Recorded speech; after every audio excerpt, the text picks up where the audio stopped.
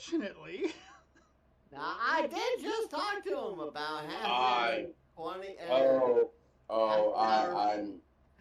hour to 40 minutes ago. Told him 7:30 start time. We'd be doing D&D. He said, okay, I'll see you in half an hour. I'm an evil son of a bitch. I had a feeling you were an evil SOB, man. I always knew it. It just comes to the roof every now and then. So I'm not gonna lie to you guys. This one's gonna be pretty combat heavy, so I hope you guys are ready to use your brains. Hey, Necro. What's up, buddy? Can your character picture a cube? I'm sure he could pitch it, but if you lose it, I don't know what'll happen to Deathgasm. Ah, you want a baseball bat it. Oh. You want a baseball bat to Deathgasm. That will end badly. With a K-bat. With a K-man. Okay, this is just cruel and unusual punishment. It's why are you doing this to the poor guy? Because why not? Okay, you know what? Why not? I can't fight you on that. They're not here. They're not here, so I can't fight you on it.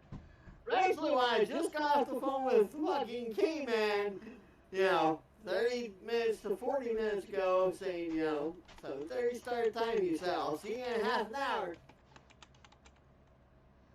I understand, and listen, I'm 100% with you on this one, okay? I am. Make sure he's anywhere here. He ain't! Sorry. Gotta change out my batteries. Listen, you can change out your batteries all you want. I'm just getting things set up. Yes, I know. Oh, jeez. You guys and your evilness and your vileness. We haven't even freaking started yet, but a good morning, a good evening, and a good afternoon to everyone who is watching. My name is Kaiju K. With me here is Necro's Butt. Juggernaut's Face. Oh. And Mama Bear's Hand! And we are playing... What does Mama Bear's Hand say to the Necrobutt? Smack! What did the Mama Bear's Hand say to Necro's Butt? Slap! Now, Cody, I know you just got on my lap, but I need to get down so I can close the curtain behind us, so could I do that real quick? I promise I'll pick you right back up, okay, Budge Bud? So we're going to be doing up some good old-fashioned D&D. The last visage of a thing we didn't get a lot of combat in. In fact, I don't think we actually did much combat except for fighting a bunch of self-exploding clouds. Oh, jeez. Yeah. This will be different. That was funny.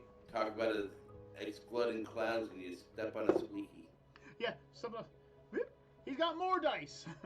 Oh, they're the same ones. Oh, okay. I thought you got more dice. You got more dice. And then hey, there's damn it! Well, we can't use him as a baseball bat. Damn it! Oh, came on. No. You saved yourself. My body, a baseball bat. You saved yourself, man. You saved yourself. Everyone knows I'm the human spear, not the baseball bat. Oh, well, no, K-Man, I was gonna chuck Deathgasm towards Juggernaut, then he was gonna use you as a baseball bat to hit Deathgasm at the end. Uh-huh. And now he's silent. No. Unless you're gonna take the damage I receive. Unless you can take that. Well, you have some pretty strong armor, so you might be able to reduce the damage. But good thing you're. But it doesn't mean I can't pitch Deathgasm at K-Man and he hits him with the spear. Ooh, K-Man, you up for that? You like to injure Deathgasm, don't you? Since I've heard the plan, I'd rather be the human bat than possibly break my spear. So, Yeah. allow me to journey on. I can go into deep meditation for this. I'll give you some deep meditation. So, we're going to start off where we left off last time, welcoming ourselves to the camp. Now, last we led off, Deathgasm and Mama Bear joined into the party, but temporarily. Deathgasm unfortunately fell into a deep slumber. Legitimately. I'm not 100% sure how it happened, but yeah, he did. Also, I'd like to thank. It was a sleep curse. I'd like to thank Joda-R Music Channel for this 1 hour of ambient fantasy music. This is going to be really cool. Oh, cool. Nice. So hope you guys enjoy a little bit of music in the background. I was asked to add something to the background, so Okay. And it does make sense. the group was able to rescue the town's bardic community, rob the town blind, Hey, no. We didn't run the town blind. We were procuring resources that we needed. without leaving any supplies behind in trade. They can do that themselves. We are the adventurers and heroes. Made it through the mine tunnels without going anywhere but straight, which is a sad thing. I had all kinds of adventures planned, but they've made it to the camp ahead of schedule. They've spent the night. It is now morning on the following day. They, of course, are going to... I hope they're okay. They are, of course, about to embark on the centralized journey, which will be to go underground to try to find their way to the center of the island, which ironically is also where the castle was this whole time. So, like, you know, right there. You know, it's right there, you know. It's, I don't know why they didn't just dig down from there, but I just know it. So, let us begin, shall we? With the Well, first, I'd like to push the issue of what happened with the bard and the young lady. Well, maybe you'll find out. The morning light blinds you through the small, thin tents. A bit of dew outside and on the grass and the trees, as you and your companions awaken. You come outside to see a delicious meal placed before you, and the masked villagers standing around, just staring off into the cave. Their hands are held up like this, their hands spread out like this, and they just seem to be looking at the cave. Strangely, you notice one of your companions is missing. Who's missing? So, as you're going around, Juggernaut realizes that the box that was being held cleanly by his buttocks is now gone. As is the bard. What did he do with this castle? Don't know yet. Perhaps you should find out. As you approach your deliciously designed meals, Skylar shows up with a smile on her face. Good morning, heroes. How is everybody? Did you sleep well? Yes, we did. Jug? Yes, you did. Okay.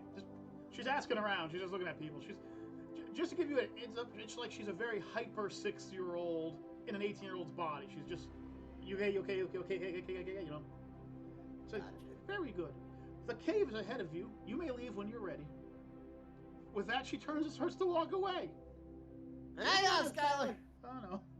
She turns around, yes? So, me and Juggernaut here, Yes. we're intrigued to hear what the bard did to you. Her face turns a little red and she giggles. It's not what he did to me, it's what I wanted him to do to me. And she turns around with a smile and skips off.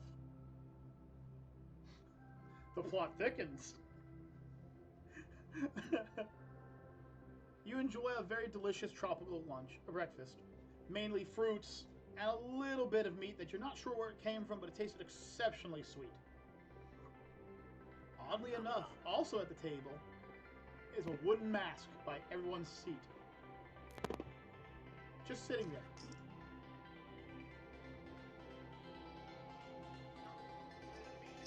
You're getting a little too out of your britches here.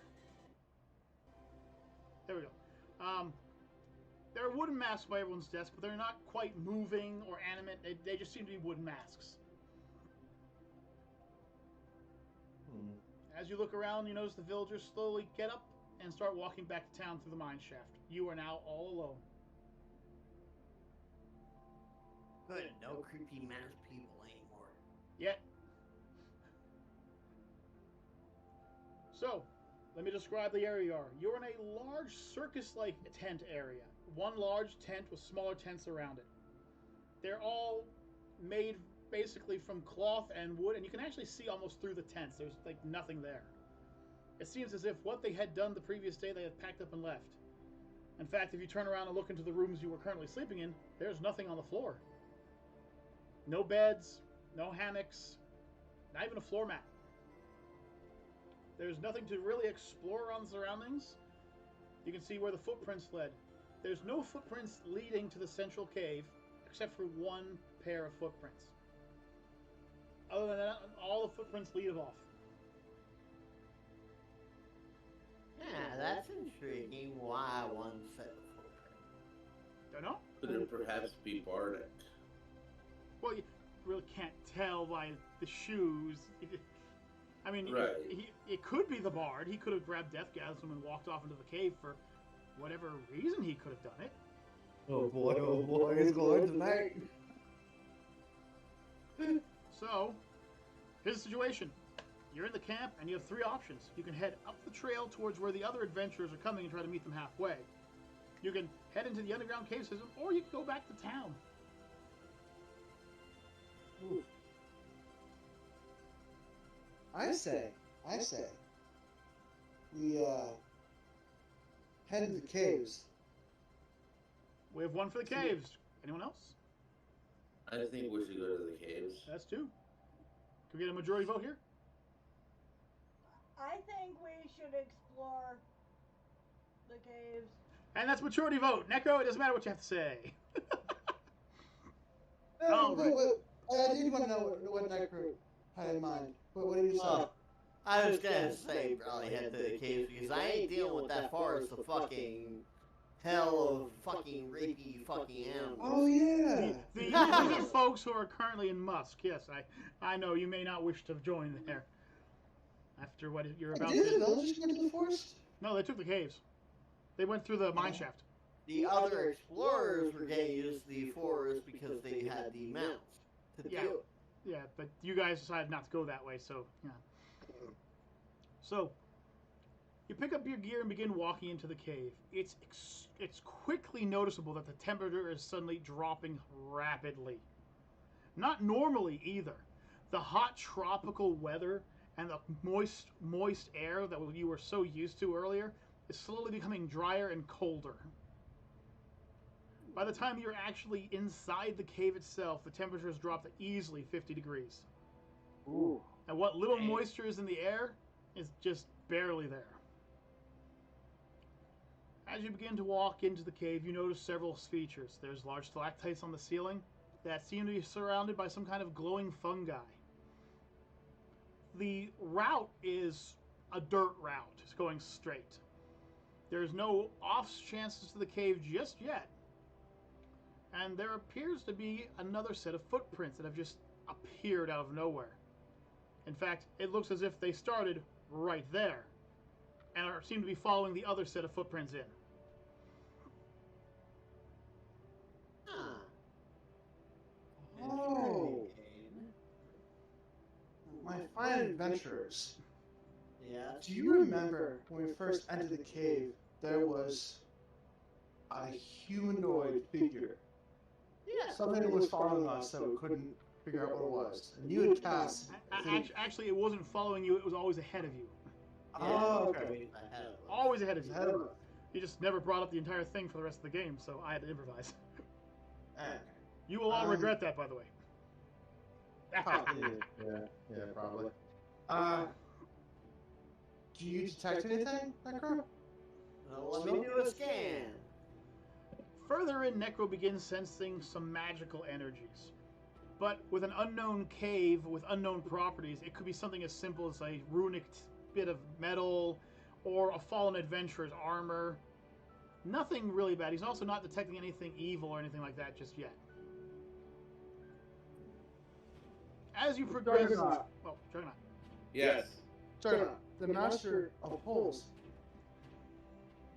Do we have permission to enter thy tunnel? Can you enter the Jugger Cave? Yes, we do. A little bit of 7 Days to Die humor there. All right. As you get further into the I cave, love the jar of honey on the entrance. As a token Yeah. of appreciation. yes, Necro. Yes, Necro. Yes, Necro. Can I cast a spell quick? You can do whatever the hell you want to do, buddy. We haven't moved on yet. You're standing inside the entrance to the cave. You haven't gone any further yet. I would like to cast the spell of prediction. Prediction. Okay, what does the spell prediction proclaim, my friend? Hang on. The target of prediction ignores the first... Oh, never mind, that won't work. I thought it was something else. Okay. An hour's worth of journeying ahead, the cave doesn't seem to dim at all.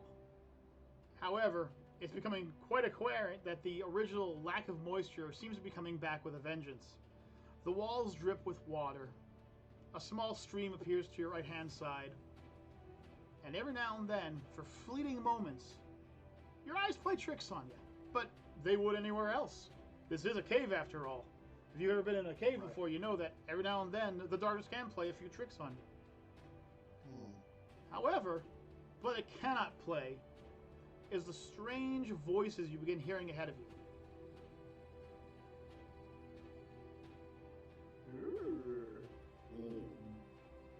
Interesting. Alright, we're moving on then. You travel further in when you notice the sound of a scuffle, a fight, a full-fledged battle ahead of you. You can hear people screaming, you can hear cursing, and you can hear giggling. Strange giggling. Ooh. Familiar giggling. Like a little girl giggling? We'd have to walk further into it. Yeah, you could probably hear a little girl giggling, yeah.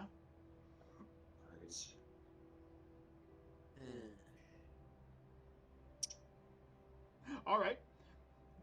As you round the very first bend, you notice a fellow adventurer being struck down by one of the villagers. There's bodies everywhere, but there's still several villagers. In amongst them are 4 heroes. You don't recognize them. They must have just shown up. But the villagers are taking their time and happily stabbing their bodies and laughing maniacally as they do so. They have not noticed you yet. Oh, guys! I don't know what to do here, but we gotta do something. Alright. I'd like to pick up a rock and hurl it at 90 miles an hour at one of the villagers. Neko, roll d20, please. Just roll a d20 for me, please. Okay. When he's doing that, I am going to do a running jump and lunge attack. Whoa, you're not that close. Okay. Oh. We got a 19 for Juggernaut. Juggernaut grabs a rock and pitches it like a Major League pro. Upon impact, the 97-year-old baker woman explodes. Just detonates. You didn't say what you were aiming at, so I'm guessing you were aiming at the 97-year-old woman. In front of her, the other villagers giggle as her bits land on them, but they don't seem to be bothered by it as they continue. Amongst the crowd, you can see the young girl stabbing a dead adventurer repeatedly in the eye while still giggling. They still have not noticed you.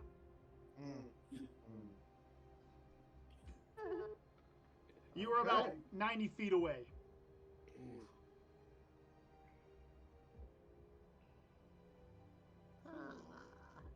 There's like 19 of them now because Juggernaut self-imploded one of them. I don't know why Juggernaut decided to pick up a rock and beam old Lady Jenkins, the baker, and cause her to turn inside out and explode. But that was his first thought. So I'm kind of guessing you guys are not on the good scale. I'm guessing y'all ain't on the good scale right now because while Juggernaut was doing that, K-Mon was getting ready to jump up and impale one of them. Yeah, they didn't make sweet rolls at the bakery, so, you know. I wanted one. Guys, can we be a little less murderous here? When Necro is the one saying, can we be a little less murderous, something is wrong. Here I am to go into like blood for the blood gods, but okay, fine. He's playing corn. He's playing corns, okay. I'm looking first for like some of my my spells here. You have a flash spell? I can blind them? It's not like they couldn't sneak by or something. tread quietly, try to go around them, and I collapse. No, let me find out what I can do. I got it. I'm gonna throw a fireball at them. Just detonate people. No, I was Kill the not little gonna- girl, slaughter it. Actually, I was trying to actually find something that would conjure dead, but I don't have that ability yet.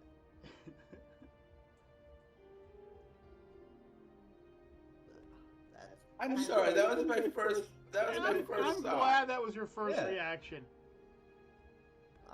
How Let's be violent towards these How people. much is this cave? What? Is it like to move around fully, or? Oh, it's a massive cave. You guys could have a full battalion of soldiers shoulder to shoulder and not run out of room. It's a Oh, big cave. I thought it was like a kind of single file line. No, sort of it's a thing. huge cave at the moment. It's huge. It's Here's huge. what I'm gonna do. And we're still unseen. But they're not paying attention to you. They're paying attention to the 4 villagers they're currently turning into pincushions. Even after the old lady exploded in front of them, no one notices. It's as if they're in some kind of bloodlust or something. What I kind of want to do is summon a swarm of spiders to create a distraction to kind of lead the villagers away from the beaten and nearly dead adventurers and us as well. Alright. You cast a spider swarm and they crawl over. They begin doing little dances and swinging their paws until the villagers notice them and they begin following after the spiders.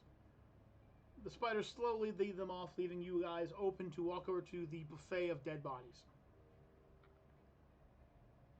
I say we should search, see if maybe there is a survivor or survivors. Alright. Necro, roll a d20.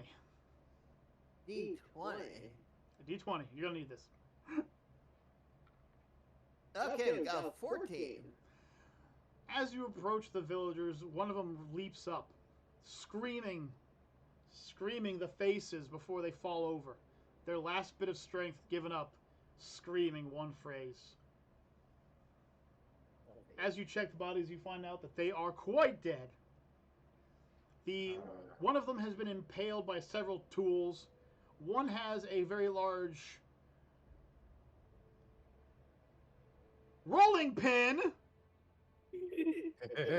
impaled in them from some kind of impact. I couldn't tell you what it was. Right through their dome.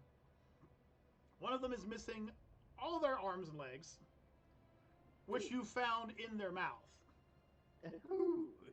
And the last one has enough holes in it that if you picked it up and put a light in it, it would probably be a disco ball.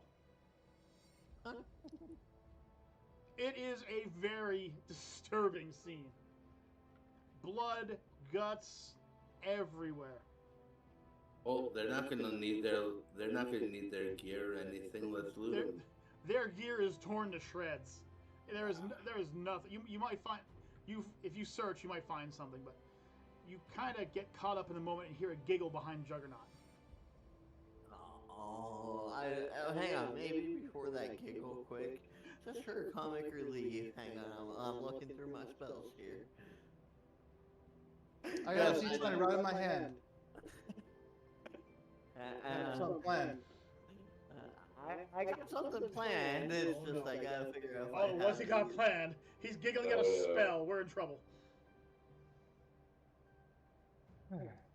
Oh, hang on, do I have some kind of freaking, like, ball of light spell? That's what I'm looking for. Keep tonguing. Yep.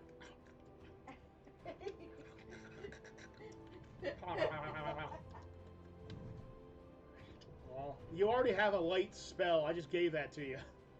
Okay, so I tell Juggernaut to pick up the body that looks like Swiss cheese. It's Roll a dance d6 party. Roll a d6 for me. Just roll a d6. I just. They are not on the good scale. I don't know what they are, but they are not on the good scale.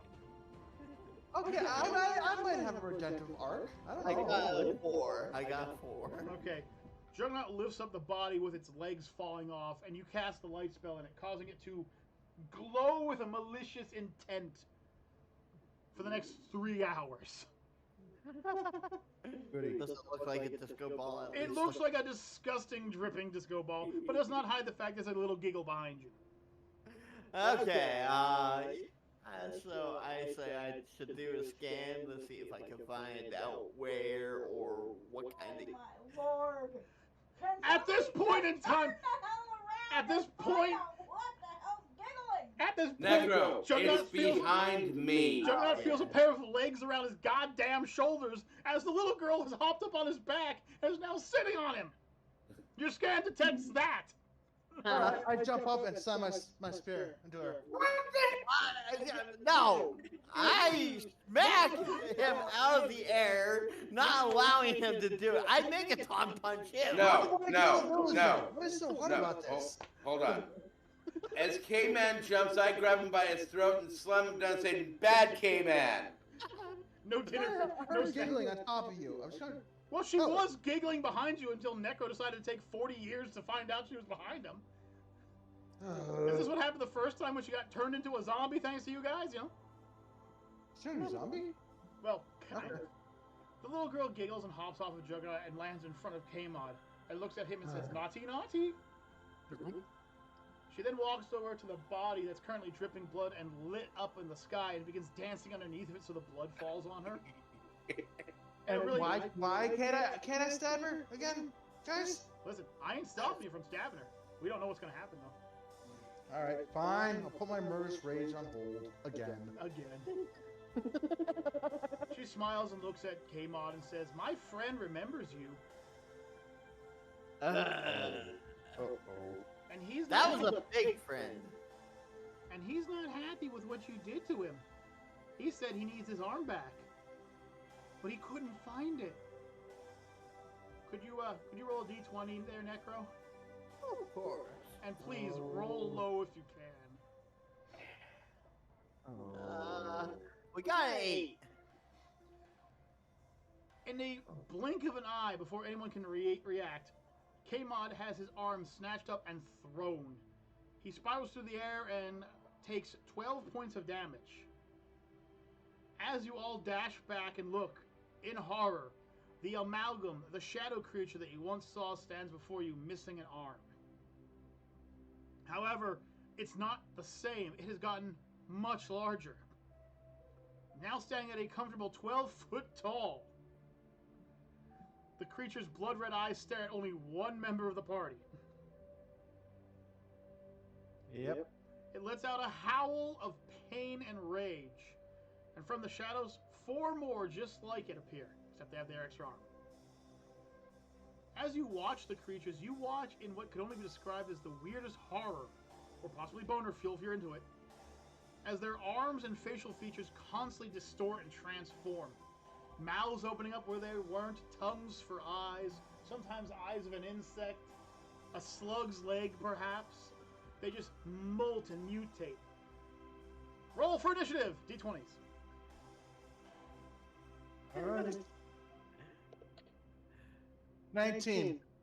Okay, A 1 not good. and 11. Okay, Jug, you're in 11. One more. We need Mama Bear. Okay. And another 1. Well, you guys ain't going first. All right. So, the creatures are all roughly within about 30 feet of you guys from any direction. They have you quite surrounded, except for the one that's looking after K-Mod. He is looking right at K-Mod. He doesn't care about the rest of you. So, Juggernaut, you got the 19. So, guess what? You have first initiative. What are you doing, buddy? I actually have I believe it's a spell I have. Yeah, but you're behind Juggernaut. You have to wait. Oh, yeah. It's initiative. Jug Oh, gets his yeah, first move. He can run on all fours like a gorilla and hit one of them if he wants to. I don't care what he does. It's his turn. I'd like to smash. Whoa, Juggernaut, you're not a bard. We're not doing it to these things. They keep transforming. Ha ha ha. Okay, so you're gonna just go after one of them at random and just hit them as hard as you can? If I hit the ground, does it hit all of them? No, it hits a cone in front of you and they're separated by a good distance. You'll hit one. Or 1, 2, 1, 16. I don't know. I'd like to smash the ground and hit the one staring daggers through K-Man.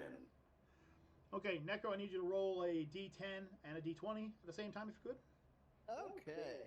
Give me 1 second. Take your time. Juggernaut's going for blood because only Juggernaut throws K-Mod. That's true. Although K-Mod did take a bit of damage from that hit, too. He took an entire level's worth of health from that hit. Yeah. I tell you, when you do something in this game, it comes back to haunt you. Well, it's not mine. Yeah. It's not my fault that I stabbed my spear through it. That's a D20, right? Yeah. That's a that's a D10. Oh. The D20 is the one with the 1 through 20. Yeah, I was a D20. I meant D10. Yeah, roll them. What do we got? Okay, so we got a 3 and a 7. Which one was the 3 and which one was the 7? Okay, the 7 was the D20, and the Okay. 3 was the D10. Okay. Juggernaut rears back with both his hands and just smashes into the ground. The creature takes 3 damage. Plus 16, so that's 18 damage.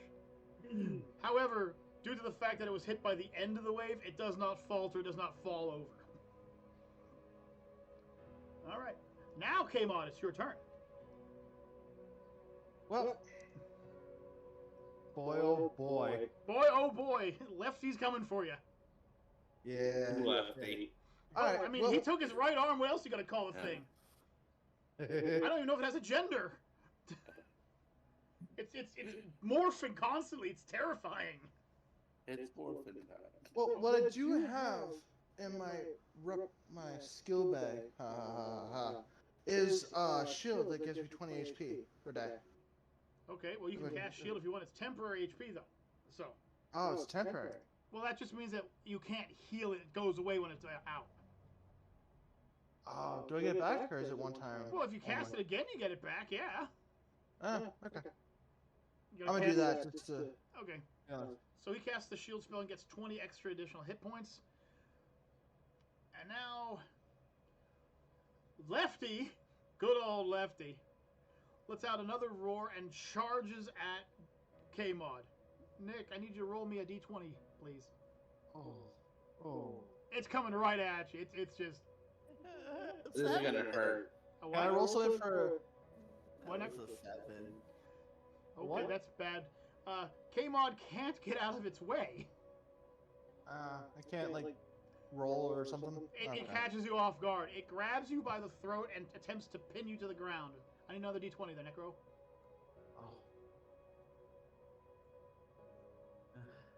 A 3. Okay, it can't quite pin him to the ground, but its claws do connect. It deals 8 more damage, but because of the shield spell, it denies it, so he still takes 0 damage, but he only has 12 with his temporary HP. Another one of the creatures charges Juggernaut. This is probably a bad idea. Alright, so I'm just going to type in something real quick just to see if I can do it. I need to make sure if I can do it.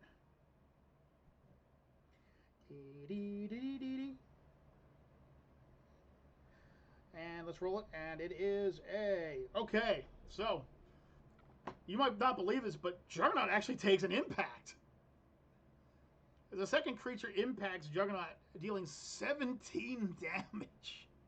Minus Juggernaut's 4 damage reduction. So, technically, he only takes 13 damage. However, when it rams into him and tries to knock him over, it can't quite knock him over, and it also takes 12 damage from his spiked armor. So Juggernaut... Now, hang on, a quick question. Would it be the same one that he attacked before, or is it a different one? Different one. He attacked he attacked Lefty. Oh, yeah, true. This is a new one. Another one of the creatures begins charging at Mama Bear. I'm going to roll something real quick because I got to see something here because she does have an ability. And it's Alright, so as she goes to attack Bone Crusher, it gets an attack of opportunity against it. Bone Crusher deals 13 damage to it with a pair of its lockdown jaws, and is able to pin the creature before it reaches its mother. It basically just stops and has its hands like right in front of her face. So it's like it misses her by that much. Ooh. The third one, not Lefty of course, decides to run into the shadows. Its body slowly disappears amongst the shadows. You do not know where it is. Finally, the last one looks at Necro, and looks as if it's going to be sick. Necro, you can roll a d20. Hang on. Let's roll. It's on the floor somewhere. Call it where it lands. Okay, so that's a 5. Ow! Ow! It launches an acid ball at Necro and catches him dead in the face with it. 7 damage, and Necro will take an additional 3 at the start of his next turn. It's Necro's turn. He takes an additional 3 damage as the acid is just burning his face. Ow. Why do we go back in the caves? Let's go back and fight those lizard men, shall we? Yeah. I'd rather get fucking raped by them. Well, at least one of us probably wouldn't mind. Necro, might I suggest shooting a missile at the girl? Thinking I am pinned to the ground. Seeing as how she's basically The girl's not the one pinning you to the ground, man. That's Lefty. The girl's not master. May I make a suggestion? You kill the current threat first? The 4 monsters and the one with one arm that's currently trying to open up K-Mod's armor like it's a tin can? Yeah. Let's start with that instead of the little girl who currently has 5 HP. Because I'm pretty sure if we kill her, they're going to become even more pissed off. It's possible. They might have nothing to do with her. She might just be a regular villager. Don't mind me. I just got a concussion for being body slammed. Yeah, he got hit pretty hard. Y'all got hit pretty hard, except for Mama Bear. She got lucky. The roll was, if she had rolled 1 lower, that thing would have embedded its claws into her. Oof, oof. Bone Crusher was the MVP that round. He grabbed it by the leg and stopped it. But don't worry, Mama Bear's turns next, and she has nowhere to go but to hit that thing if she wants to.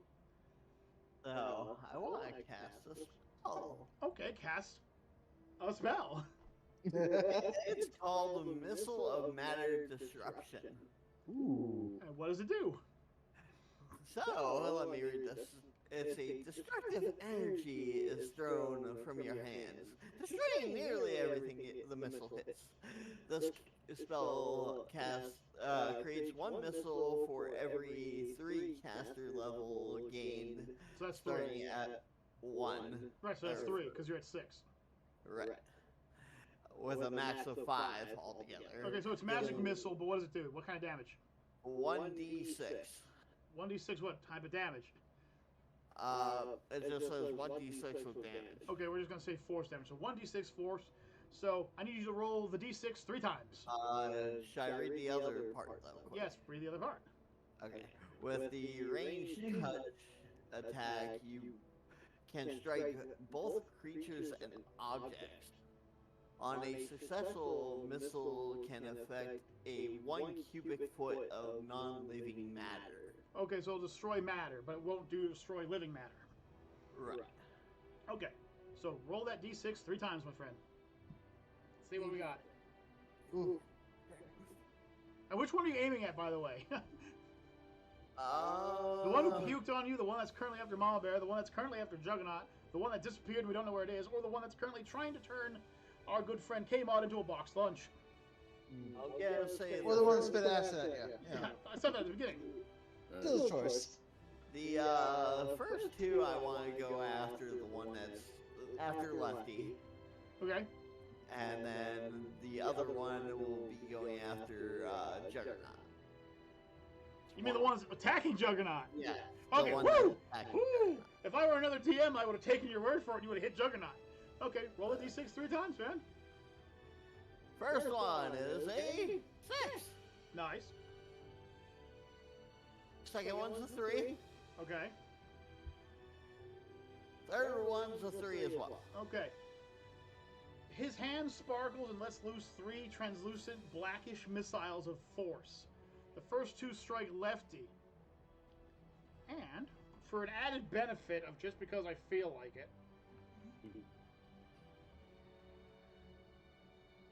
it's able to knock it back.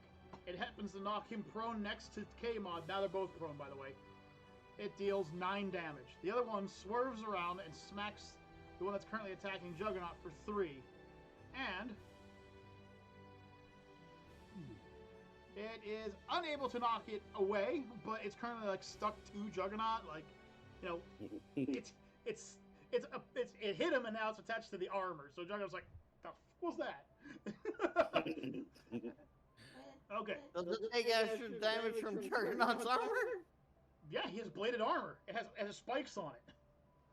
That's why I said it took 12 damage when it hit him. It did not feel good when it hit him. But would it do extra damage since he hit his armor again? Well, he still has to pull himself off the armor, which is going to do additional damage.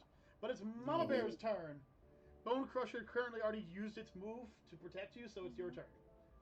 So you can shoot it with a crossbow. You can put a trap on his head and like clamp down on it. You do have basically a repeater crossbow, so you can let like 6 shots fly if you want at this range. I do not think you're gonna miss. Or you could always grab it by the hilt and use it as a war pick and just nail the sucker with it. You have a lot of nice options. I fire 6 shots. Okay.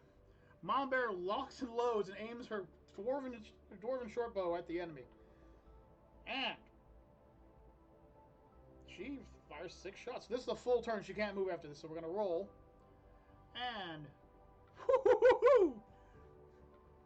as each bolt rips into the creature, it lets out screams of pain and takes 21 damage. Mama Bear is not playing around tonight. Then again, neither are any of you. Alright, so Juggernaut, it's your turn. Your current position is about 30 feet away from most of the things, except for the one that's currently stuck to your armor. You have options including smashing the ground, grabbing things and using them as weapons, pounding the shit out of things, the Jugger Walk, which allows you to walk and be unimpeded by everything, and of course your basic immunity to being knocked down due to how strong your temporary strength bonus is. So is there a chance that I can run? Yes, Juggernaut, you are capable of running, yes. I'd like to run toward the nearest wall. Okay. With that thing attached to me. Oh, Jelly Jam, okay. Oh, Oh, Jelly Jam, hang on a second, I feel sorry for this thing here, hang on. Oh, damn. Okay, so plus that. Oh, dear Lord, okay.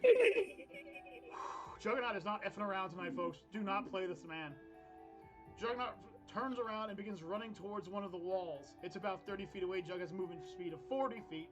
And just before it hits the wall, he decides to turn around and then jump, crushing this creature against the wall. It's just, he just did 31 damage to the thing.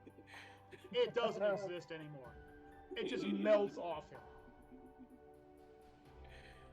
K-Mod, Juggernaut's now 60 feet away from you and laughing maniacally still.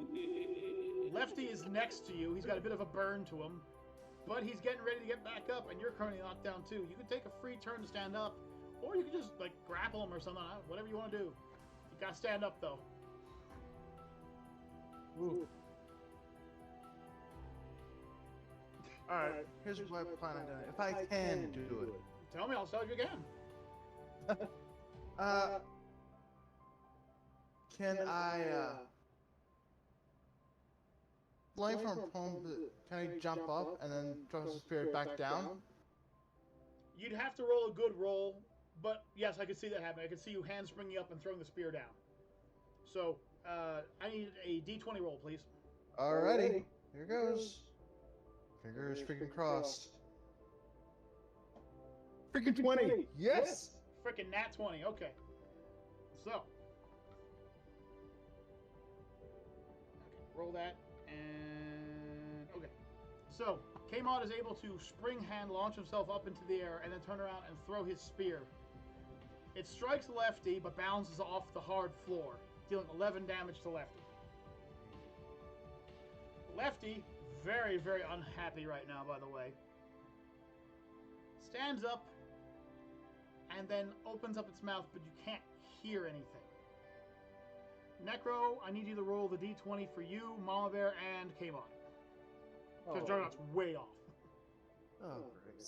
What did I do? Okay, so first one was 14. Ooh, that's not going to do. That's Kmon. Second one was 5. That's not going to do at all. And third one was 20. Oh, well, okay. So,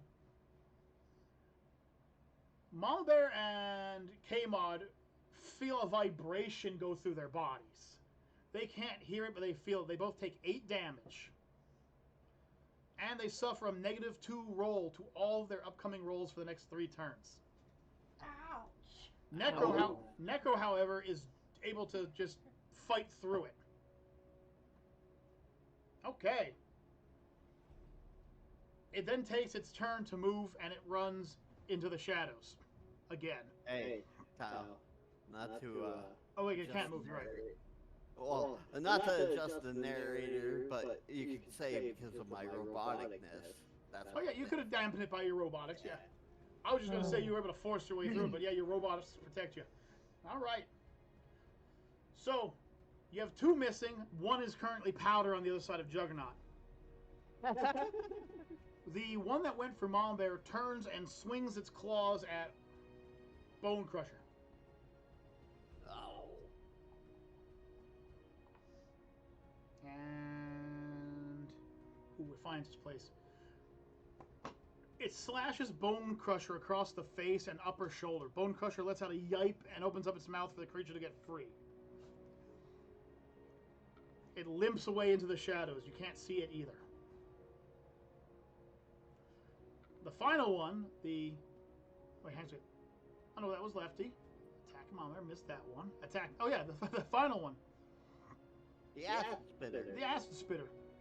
It looks over at Mama Bear and just grins from what looks like ear to ear from a sideways face on its shoulder. It opens up its mouth and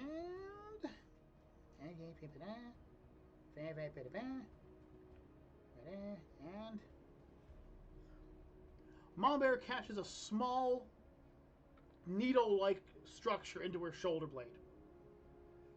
It only deals 1 damage, and then the creature just falls over and dies. Beasting.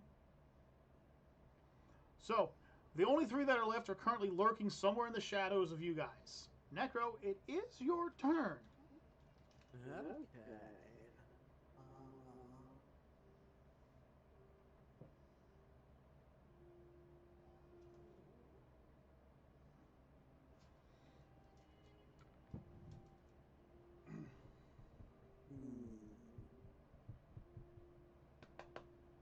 Come on.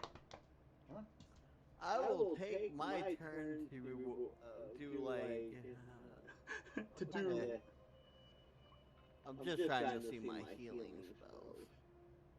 Because I would like to try and heal like all of us.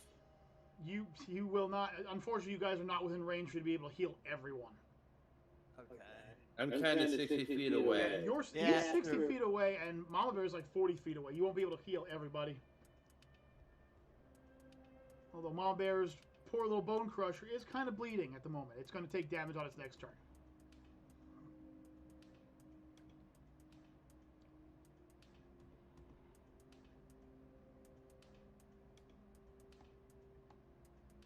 Am I close to Necro? How far away? Dude, you're like 40 feet away from him. You were close to him until Lefty decided to freaking full edge pound you into the dirt. Yeah. The closest one to Mama Bear right now, or the closest one to Necro, is Mama Bear. Oh, Everyone else has gone in a different direction. oh, great. Hey, I had to get that thing off of me.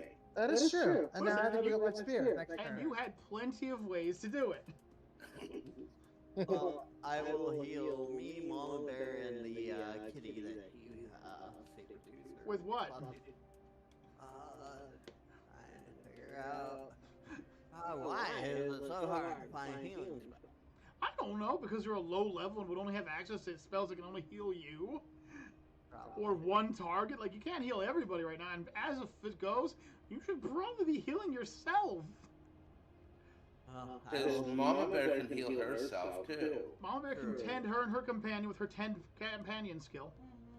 Juggernaut heals 2 HP per turn thanks to his fast healing. K-Mod will need to use a potion.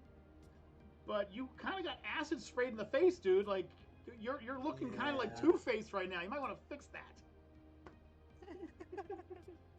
Not to mention that you guys realize that you've only taken 2 of them down. There's still 3 left. Right. And these creatures, they did not leave. They're still there. Wow, I am actually not finding any healing spells. God damn. Well, you do have the healing skill as well, which you can use to heal some temporary HP. I guess I'll do that one. And you also have 3 healing potions, which will heal 1d8 plus 6. Or as I like to put it, 11 damage. I'll just do the temporary healing on myself. Okay. Necro is able to grant himself 8 temporary hit points. Okay. And Mama Bear. I heal myself and my companion. Okay. She's using her Tend Wounds ability. I have to switch over to a D10 real quick. She rolls... Okay, so she heals herself for 4. And her pet for 8. So her pet's fine. It stops bleeding. And Mama Bear is back to full health because she's taken 1 point of damage so far. Or has she? No, actually, no. She took 8 points of damage as well. So, yeah. So she's healed all but 5 of her HP. All right. I need to roll something real quick. Oh. Out of the shadows, Lefty lunges and slashes down K-Mod's back. 11 points of damage from a sneak attack. Okay. So, Juggernaut, it's your turn again. You are well out of range of reaching anybody right now. I guess I'll do my walk. The Juggerwalk. Juggerwalk walks 40 feet with the impending terror, causing... oh, wait, what am I doing? That causes... Okay. It causes all the remaining creatures to have a -3 to their attacks and saves for the next 2 rounds. Nice. AKA the Juggerwalk. All right. Bone Crusher runs up and licks Mama Bear and then gets defensive. Its fur bristling as it looks around, waiting to see where the creatures pop out. K-Mod.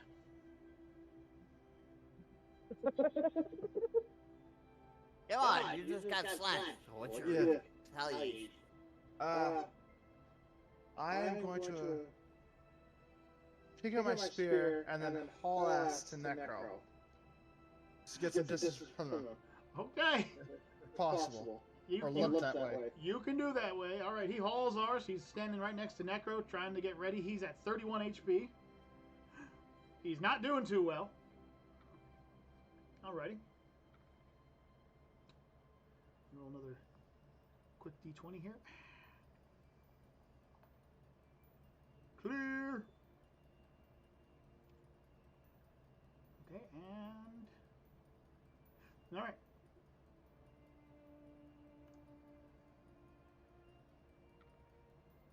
How do I put that? I don't like this look. Oh, great. Okay, so here's the thing, alright? Someone's about to be hurt really bad. Really bad. Yeah. And there's no way to stop it from happening. So, my beloved Mama Bear suddenly feels one of the creatures rip out of the shadows and latch onto her. It wraps its arms around her, it wraps its legs around her, and it sinks 3 rows of fangs into her back. Before suddenly, its body ruptures, sending spines and fluid everywhere. Mama Bear takes 42 points of damage. Oh no! And is currently knocked prone.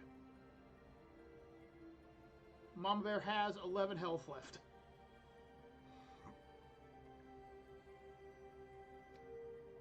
I'm sorry, hon. What are we facing? Monster? Oh! Oh, why? Why does it have to be a D20?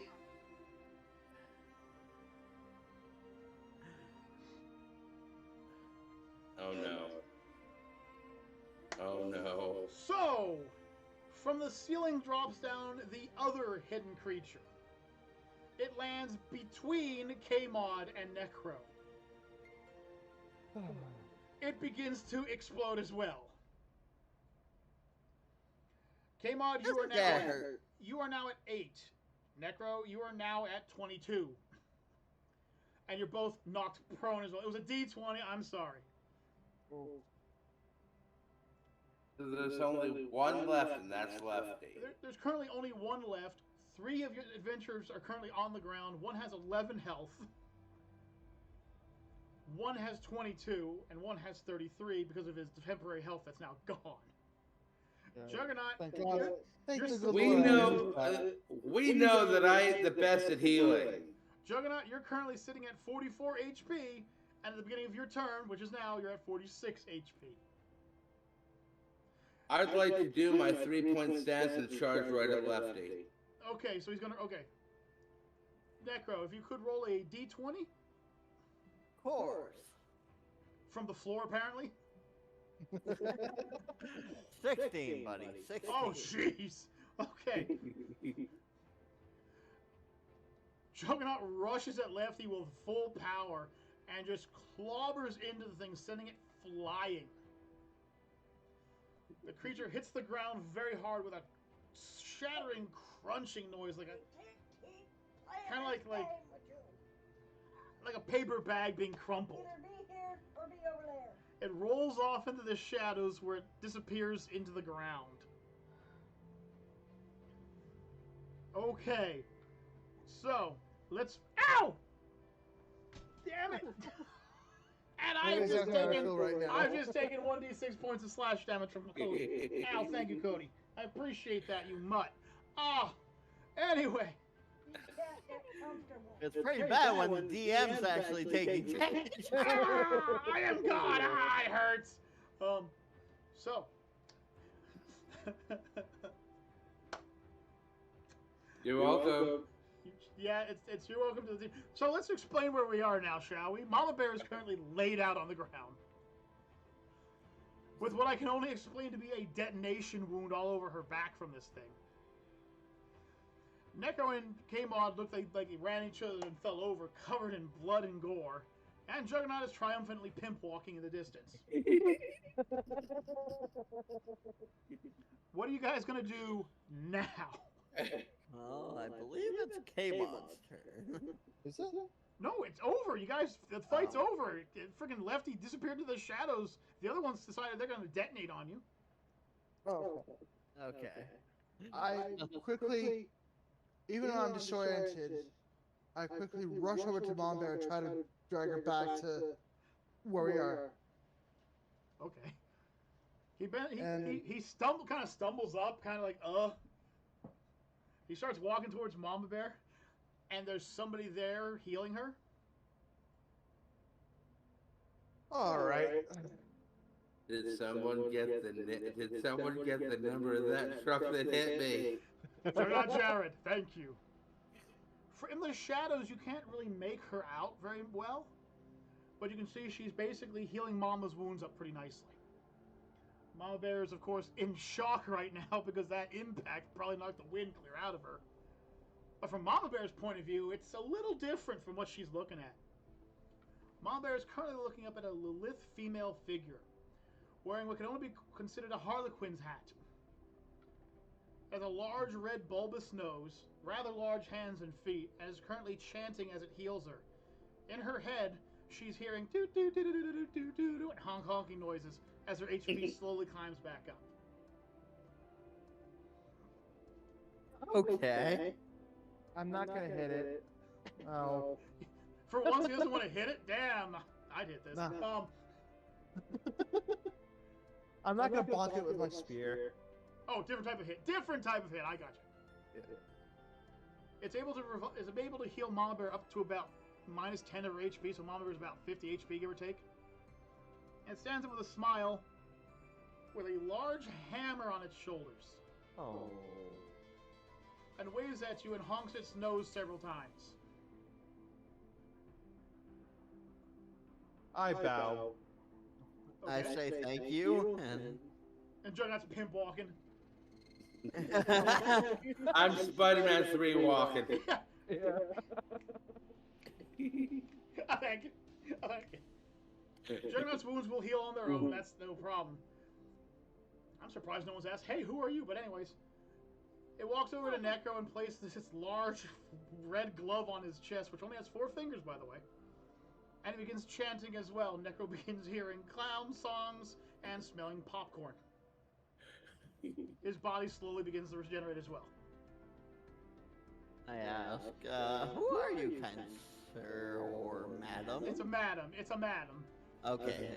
It smiles at you and honks its horn honks its nose several times, and then turns and walks towards Kmon. Oh boy, oh boy. It places its hand on his chest and begins the music again, and he begins hearing the sounds of a ringtop show. His wounds heal as well. You're all at about -10 HP. Why did we hear different noises, each of us? Why did you hear circus noises would be the more important question. Besides, none of you know that all of you heard different noises. It smiles at you with a bow, and as it bows down, you notice that its warhammer is actually a bunch of balloons tied together. It stands up and does a little bit of a dance, honks its nose 2 times, and disappears in a puff of confetti. No, come back! You as our permanent healer! Was it a friend? Was it a foe? You don't know. All you know is it doesn't talk. It's female, and has a big warhammer that's made of balloon mammals. So the bard probably tapped that. That's what Seuss do. Basically, the bard would tap anything that has a slit between its legs, you know. And a pulse. And well, you know, it's a bard, so. I still say, there are that's some what Seuss lonely do. nights in the graveyard. Some necromantic spells. Just saying, it's a bard. By the way, I will insult bards as much as I like because I love playing as a bard, so I'm going to just say that. And no, I have never played to seduce a dragon. I've always tried not to do that kind of stuff. Alright, so you take some time and look around the arena. You notice that there's no signs of the creatures. All the blood that was on you slowly dries up and cakes off, just falling down. Is the little girl still around? Oh, she's long gone. Okay. So, as you see where you are now, you look up and you notice that there are currently 2 ways to go. To your left is a smaller cave with moss lining the walls. And to your right appears to be some kind of tunnel system. It seems to have support beams, wooden trestles, some iron blocks coming through it. It seems to be a safer route. It's lit up. The mossy tunnel isn't.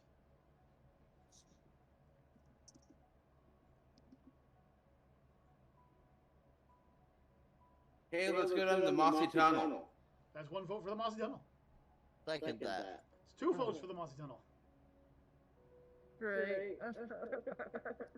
Okay, I tunnel it is then. Mossy tunnel, Mom there? Yep. All right. If we can find the clown again.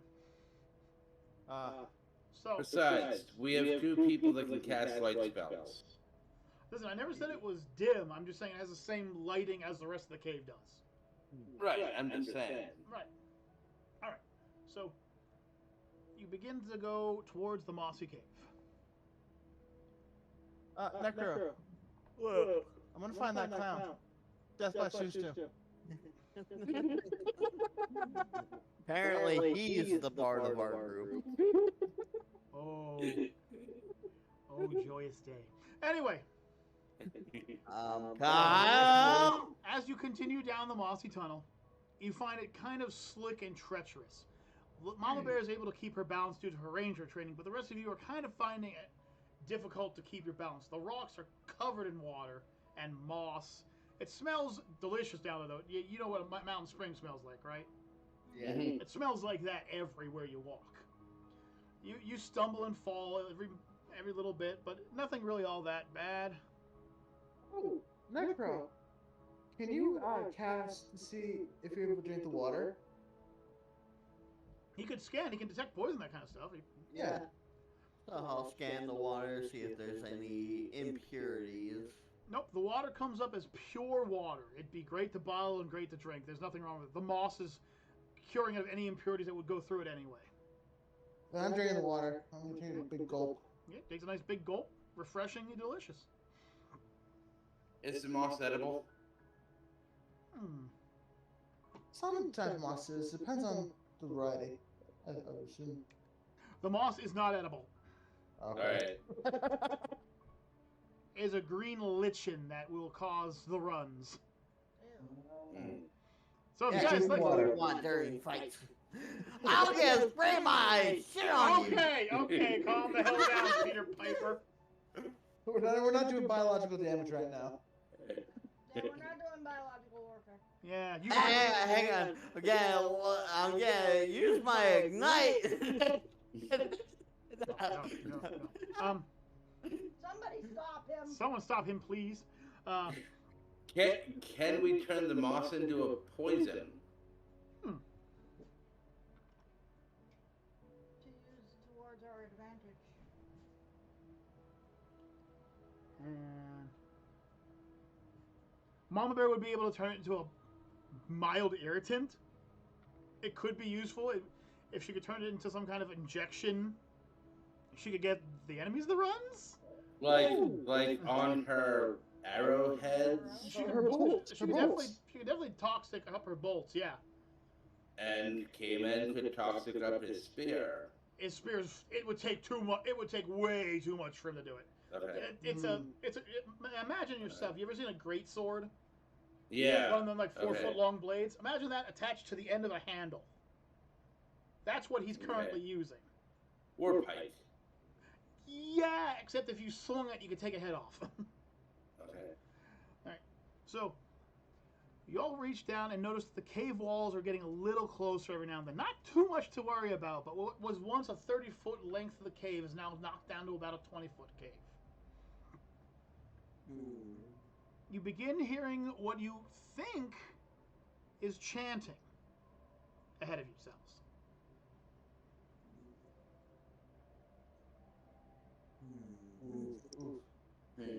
I'm hinting at things. Yeah, this is something you can do. Yeah. Or do I just have you keep going? Well, would my scan by any chance pick up anything?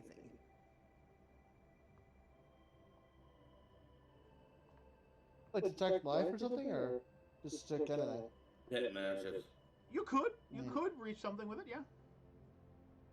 I'll do a all scan to see what we can find ahead. From Necro's range, Necro's able to detect 3 chaotic evil beings. No poisons. And they are all capable of casting something. They all have magical properties to them. Okay, guys, so what are we going to do with that information? Well, I scraped my arrows along the mossy cave walls to collect some of the moss. So she's gonna poison her bolts. Okay, she's poisoning her bolts. Okay, what about the rest of you? What are you guys gonna do? You I'm can't. going to use a very calm and clear mind about this. I'm going to follow Necro's lead. Okay. Necro and Jug, it's up to you guys. Bone Crushers with Mama Bear.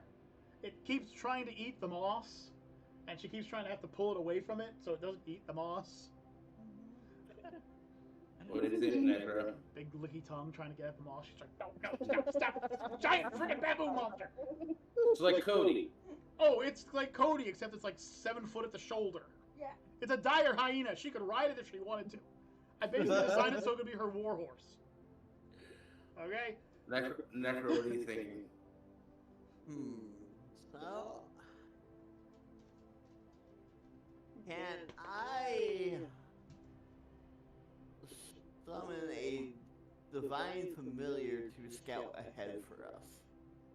You could if you want. What kind of divine familiar summoning?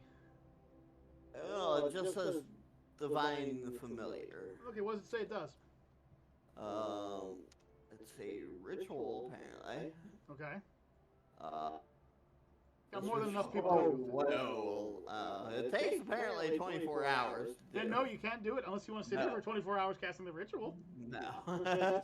Oh, I'm sure Mom Bear and Juggernaut and K-Mod wouldn't mind sitting around for 24 hours while you cast this ritual. No, you cannot use that. I'm sorry.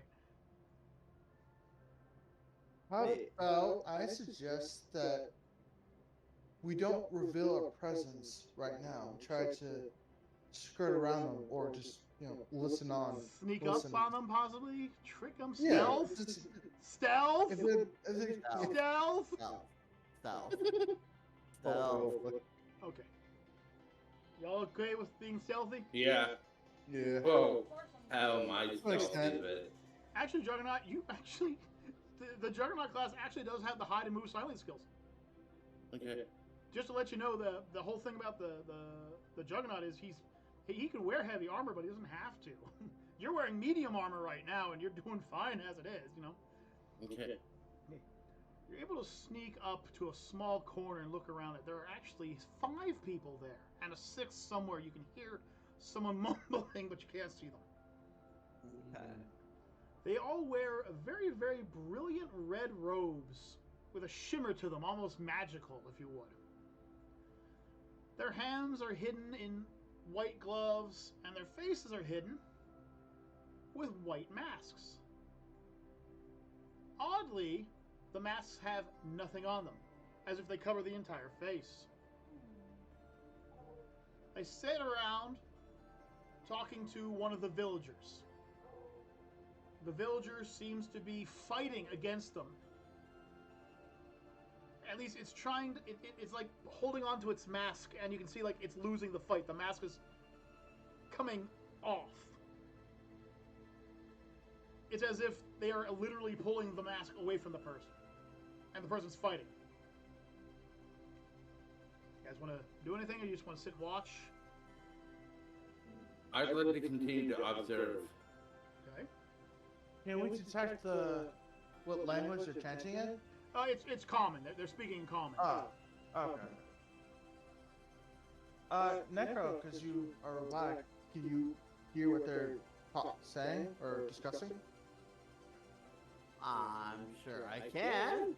Necro is able to pick up a strangely worded conversation. They seem to be speaking partial common and partial runic, but from what he can make out, the 5 that are chanting are chanting away the true God from the person's being. And the 6th one is telling them that they have to give up the mask. It'll save their life. That's chaotic evil. Listen, Okay. listen. Just because they're chaotic, this could be anything. You don't know what this is. Yeah, chaotic evil doesn't. Well, I mean, it means evil, but it doesn't They're mean like bad. chaotic evil. An example of chaotic evil would be like the Joker. They're just as likely to give you $500 as they are to blow you away. Right now, it kind of looks like the previous where they're trying to help this person. You guys just gonna sit and observe? I mean, they're not really doing anything. So, what I'm thinking, since I kind of am the diplomacy character out of the group. Well, I don't know. Juggernaut's got intimidate. That's pretty diplomatic. What you doing? I'll crush your souls. Oh yeah! Yeah. You do have diplomacy, but not as high as mine. Oh no, he's pure intimidate. He's pure intimidate. He needs that. No, I meant K-Man said. K-Mod has diplomacy too, but his diplomacy tends to be hit it first and ask questions later. You're more the diplomatic of the group. All right, let's Necro go out there. So with you guys like kind of behind me, but like not too far, just in case. I approach them and ask what's going on here. Oh no. Uh, Oh no. you should have said was.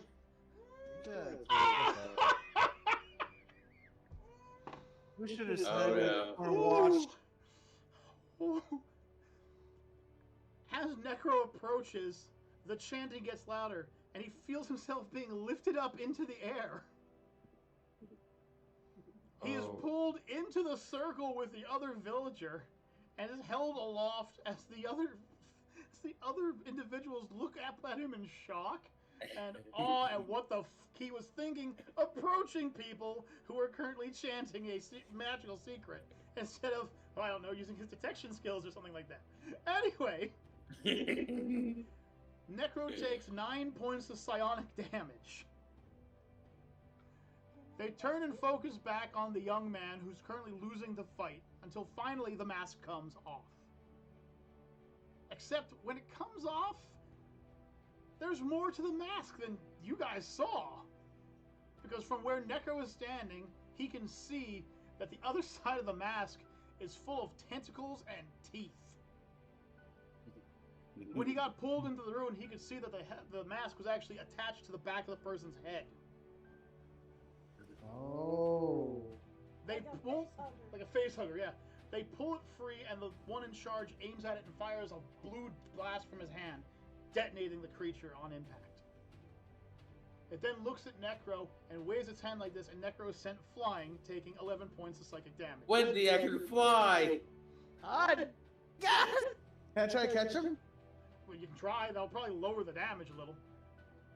Yes, I'll try. Or, George, why don't you catch him? Hold on. K-Man, you asked if I want to try and catch him. Me, wearing spiked armor. You want me to get impaled on his armor now? God damn it, K-Man, kick my ass! I'll try to catch him. So K-Man steps out of his stealth, revealing that he's there now. I should not have done that. To catch Necro, both take 5 points of impact damage. Necro doesn't take the 11 points of psychic damage. He takes 6 less. The one who threw him calls out in a sweet voice, "Intruders! Quickly! We must retreat and we must summon the Quigoth." They all close their hands together and disappear. The room begins to grow colder. Roll for initiative. Here comes the D20.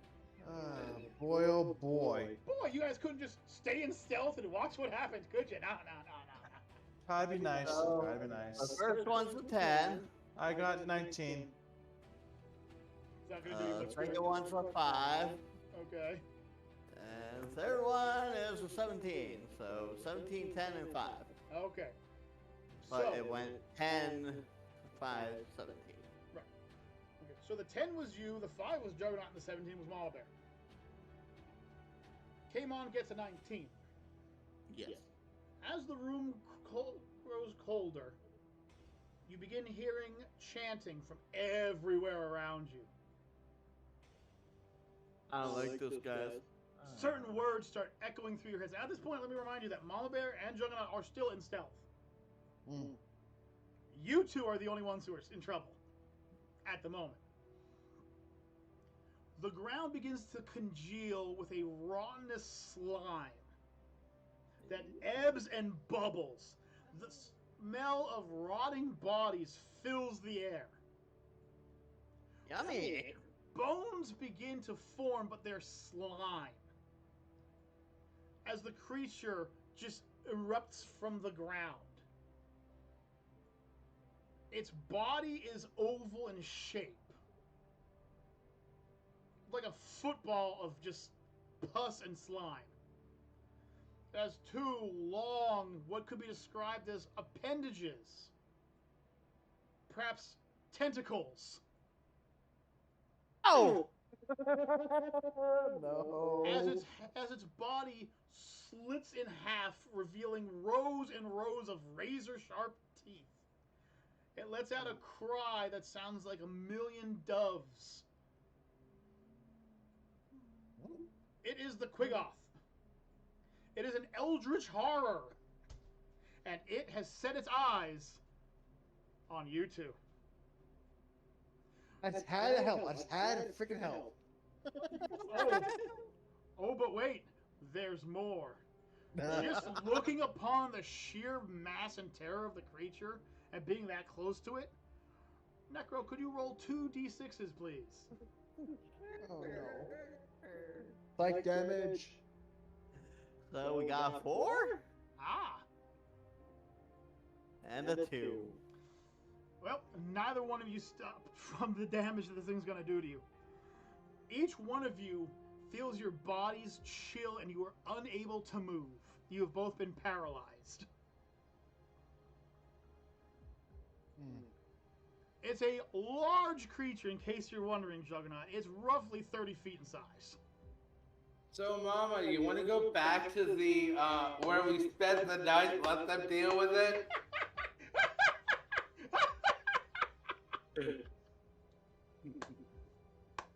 Right, right. The look on Necro's face is priceless. Oh, man. I knew you guys were going to screw up royally, but I didn't think you were going to screw up to this level. Like, oh my goodness gracious. Here was all I was trying to do is just like help cushion the fall. Well, you did. You helped cushion the fall. And no good deed goes unpunished. Hey, man, remember, I said, hey, let's keep observing this. Yeah. And No. I said absolutely nothing. Yeah, and Mama Bear said nothing. So if anything, Mama Bear's the one who did this. But still, you guys. Well, I haven't seen you two, so you're good. So you guys are in for a fight. So I need a D20 roll from TMOG real quick. boy, oh boy. 11. All right. So unfortunately, you can't will yourself through the paralyzation. The creature very slowly and very deliberately reaches out and wraps a tentacle around Necro Nick. Necro is paralyzed, so there is no save. Right. Necro can feel what I'm going to describe as a jacuzzi of dead bodies. Raw, wet, warm slime coating everything. Oh, The smell is gag worthy. oh my God. If you weren't- That better hurt. If you weren't paralyzed right now, you'd have to roll to throw up.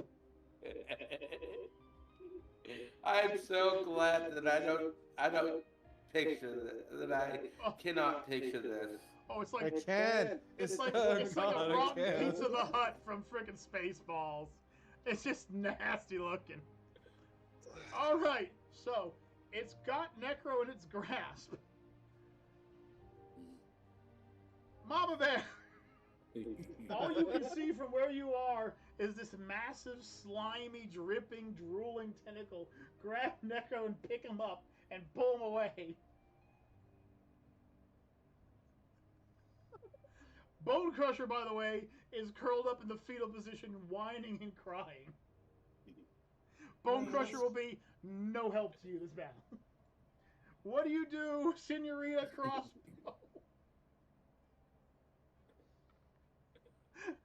I have a fire spell, don't I? You have explosive bolts. You could equip those and fire them if you want. You don't have a fire spell, but you have bolts that make things catch on fire. Okay. You want to switch over to them? I'm gonna switch over to that, Okay. and I'm going to take aim at the tentacle arm that grabbed Necro. Okay. Let's see here. Oh. Okay, that's a hit. Mama Bear unleashes a fiery, explosive crossbow to the tentacle. It hits it with a splort. Like the sound of you taking a rock and throwing it into a mud puddle. Just a split. It detonates, dealing 6 damage to the creature. The creature pulls Necro out of vision. Juggernaut! Oh. You can't see where Necro is anymore, but you're pretty sure what's around that corner is going to do horrible things to him. I tried. You did. Unfortunately, the Quigoth has very high fire resistance. You did 6 damage to it, so that's pretty good. Kind of. It's gonna. I'd like to slam my fists into the ground. You can, but first you have to see the thing. You can't. All right. You can't just. I move to see the thing. Oh no. Why? So as you come around the corner and look at this bloated mass of slime and teeth and eyes that are just blinking everywhere, kind of get wet feet. You have a -5 to your AC for the rest of the combat. Now what are you going to do? I still want to hit the ground. Okay. He's going to do another smash. All right. All right. Juggernaut lifts up both his hands and smashes into the ground. The vibration of the wave hits its gelatin body and it kind of wobbles there. It still takes 24 points of damage, but all the wobbling has done is... Maybe. Necro throw up. It might have done something. Hang on, let's find out here. Low number. Oh! Necro, while still paralyzed, pukes from the combination of looking at the creature, smelling the creature, now being vibrated by the creature. Necro takes 12 points of non-lethal damage. Guys, I'm a wounded deer. Necro, you now have to take a d20 -8 from the d20.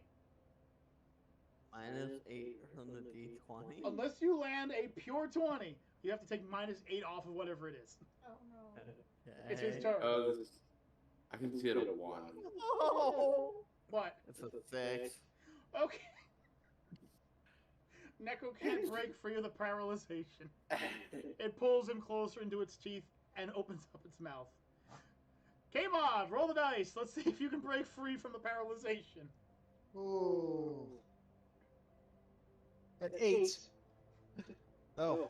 He's still stuck there. Yeah. It opens up its mouth and... Oh, okay. It just gently noms on Necro. It deals 12 points of damage. It's not like biting onto him. It's like, you know, it's only doing 12 points of damage. I mean, it's better than what it could have done, but it's doing 12 points of damage. Mama Bear!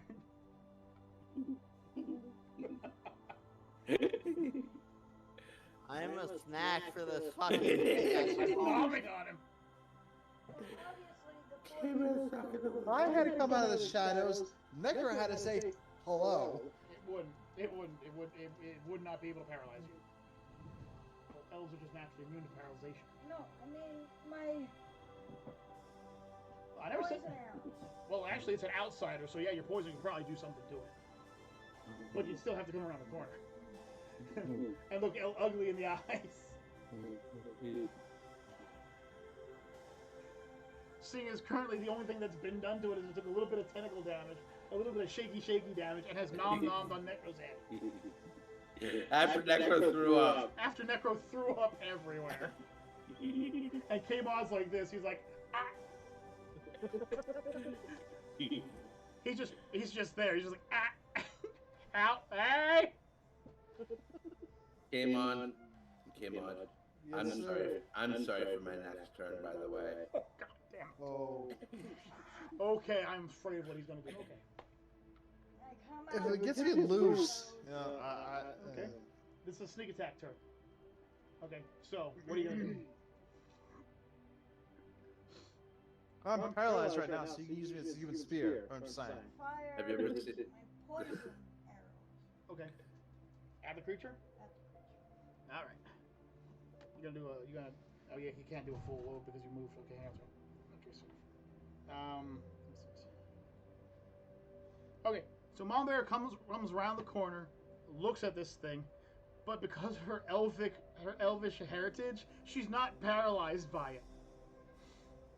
She lets 2 of her bolts launch forward, each one doing 9 points of damage, dealing 18 points of damage to the creature. It does not care. Juggernaut! Do you know the lawn is, K-Man? Yes, I do. Brings you back memories. Necro, roll a d20. I know what's gonna happen. Oh, we got a 14. Oh, just wonderful. A 14, huh? Why? Okay, he did beat it. Okay. So, I'm guessing Juggernaut picks up the paralyzed Amon and hurls his body. Remember, he's like this. At the giant amorphous creature with a giant mouth wide open, nomming on Necro. It is the most disgusting sound you've ever heard. Have you ever had diarrhea? Oh, That God. flute sound where the fire comes out, that pluting sound? That's the noise K-Mod makes as he enters this thing's body. Oh no. It takes 13 points of damage. And now K-Mod is surrounded in every direction by what can only be described as the liquor of the devil itself. The smell is horrendous. Not only, and he takes, oh, 18 points of non-lethal damage from throwing up everywhere. Oh my Here's my God. fruit salad I had earlier. Okay, so it lashes out with its tendril towards Mama Bear. And Neko, could you roll a d20 real quick? Sure. Let's see how it does. 16. Okay, so it slaps Mama Bear to the right, like it's swiping right.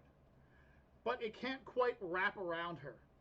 She takes 6 points of damage and then 5 points of impact damage when she hits the ground.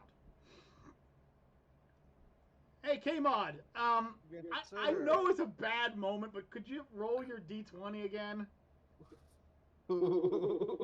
It's just bad everywhere. It's 19. Okay, finally. Whew. You take a deep breath in as you get free and catch more of the grok in your body. Ugh. You're no longer paralyzed, but now you're swimming in filth and fecal and nastiness. You do notice something, though. You notice that its body seems to be fading slightly. You kind of slowly fall through the... You can feel it on you. You can Am I being digested right now? No, Oh, come on. Come on. Oh. You're 5 feet behind it if it makes you feel any better. And the feeling of your armor will never be the same. We're gonna have to watch that. Wash it. You're gonna destroy it. Barry. Woo. I'm sorry. Okay, Mama Bear. Let's be in holy fire. That's the only way. Mama Bear. No, Juggernaut. No, it's Juggernaut. Game Juggernaut. in. Yes, sir. Necro, you'll be next. Don't worry, I know where you are. Juggernaut, you are nowhere near K-Mod. He is on the other side of a 30-foot beast that you hurled him into like you were throwing a rock into a jello puddle pool. It is nasty. The fact that you have not thrown up everywhere is simply because your constitution is too freaking high. It's your turn. What is the largest thing that is around me?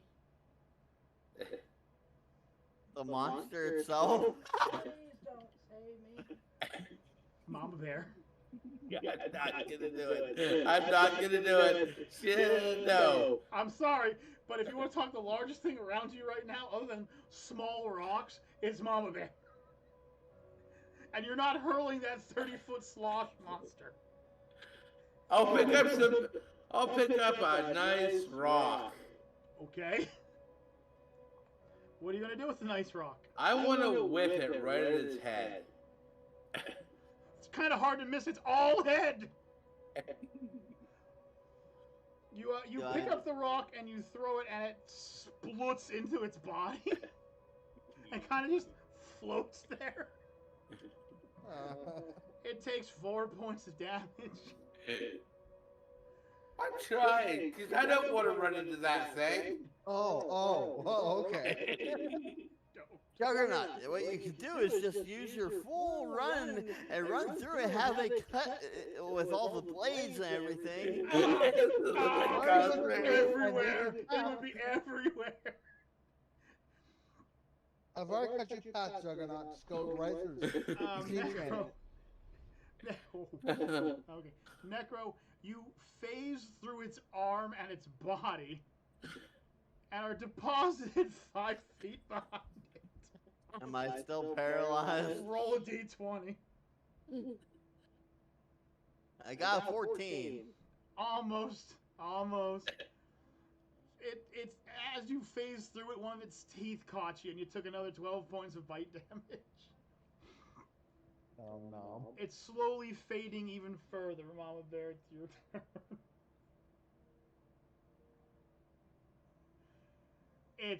It's retching. Its whole body is starting to fall apart. It's just decaying in front of you. It can barely hold up its tentacles. Its teeth are falling into itself.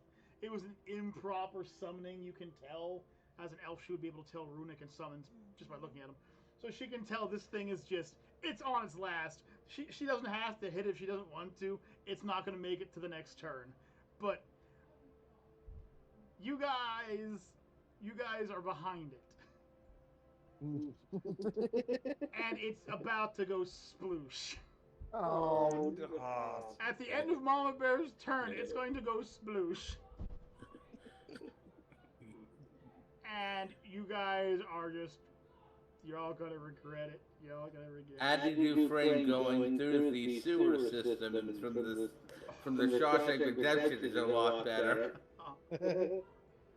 Hot wings, just nasty hot wing poo everywhere. Mama Bear, what do you want to do on your turn?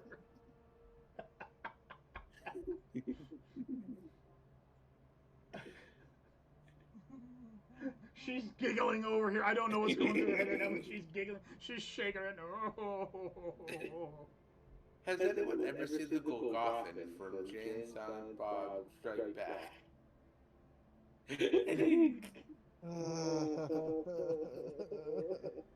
It's gonna just flow everywhere. Guys, remember, close your eyes and your mouth and your ears. Dude, there's so much of it, it won't matter. I know, it's more like, vain attempt. Oh. What you gonna do? She's just like, Losing it? she doesn't know what to do. What, is she got like a firecracker that she's gonna light off and like chuck it towards and explodes and splooshes even more? Oh, yeah, just let her sploosh the thing so it detonates further and hits her. Yeah, that's gonna work. I don't think Mama Bear's gonna.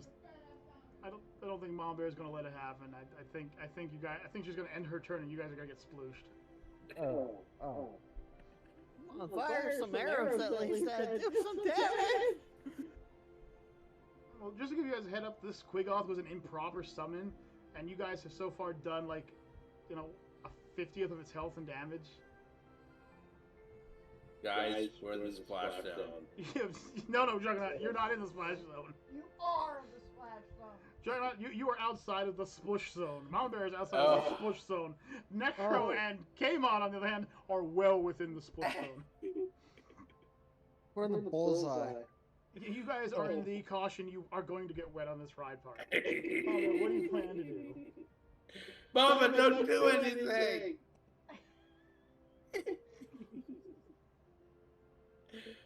I stand here in utter shock, looking at this monstrosity. The creature lurches backwards. Come on. And its entire body just falls apart. Leaving Necro and Kamon to be gushed over by about 30 pounds worth of gelatin brand jello made of rotting flesh, fecal matter, and blood. So,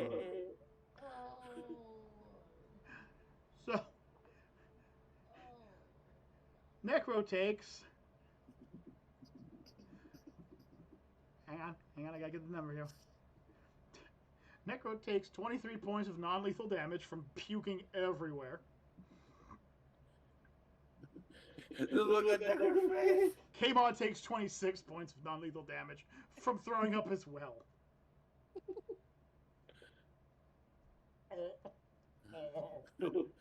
Well, guys, Not cleaning that up. The smell is still there. The clean rest up of it- aisle 5. the rest of it is just in every part of everything that they could possibly own.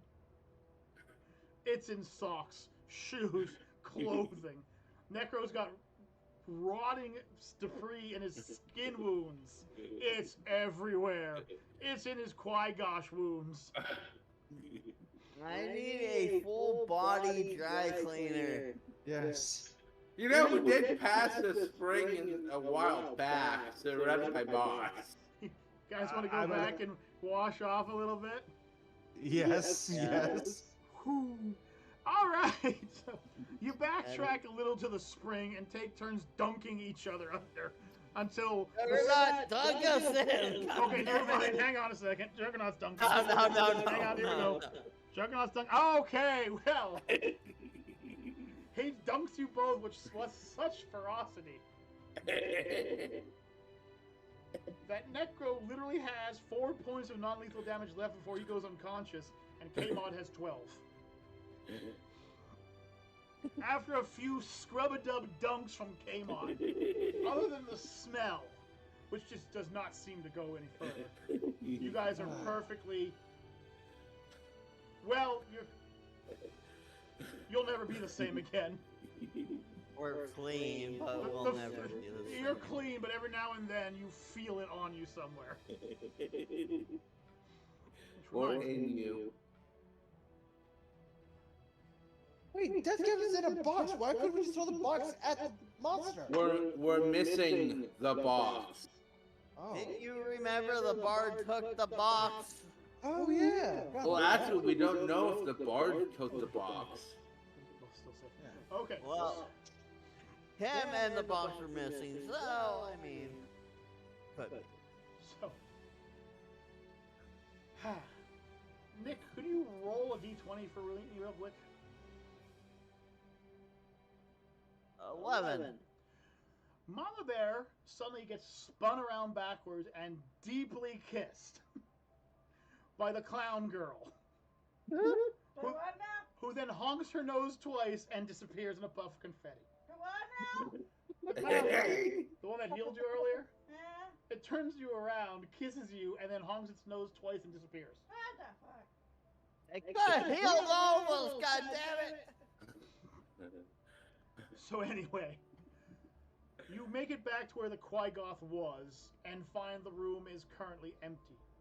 The darkness and the cold temperature have slowly gone away, and there are visual signs of footprints running off into 3 different cave entrances.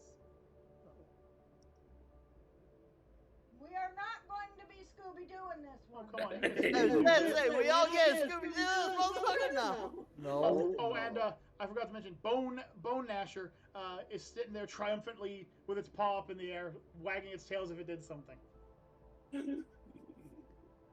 Good boy. Good boy. Can I smack Bone? God damn it! I don't think you want to smack Bone Crusher. It's sitting there like proudly in front of you, Bone Crusher, like it did something, like it wants to be praised for it. Mama Bear asked him just to smack the stupid out of that thing. Nah. Bone Crusher, what did you do? Bone Crusher immediately drops down to the ground and hides its nose under its paws. It's like, nope. If I can't see her, she can't see me. That you can't see me. After a little bit of giggling and a little bit of wagging the finger and saying naughty naughty to Bone Crusher, you are left with 3 possible options. Oh, One four, tunnel. technically. Well, I mean, yeah, you could always go and retreat if you wanted to. Go back up and go back to the cave if you want. There are 3 entrances.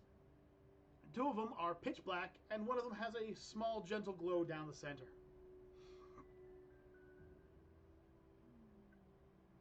Necro, can you please detect anything? And this time, don't say hello. Stealth and running out to saying, "Hey, how you doing?" 2 different things. Yeah. Stealth and running out to catch your ally. 2 different things. Fighting against a giant monster can only be described as it has lived and become the sewers.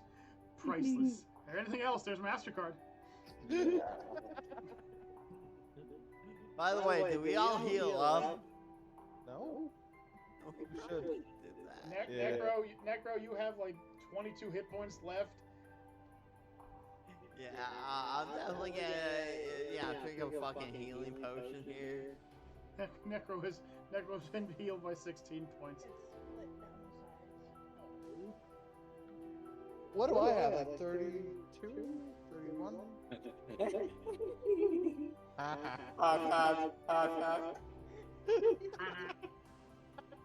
What's up, everybody? Captain K here.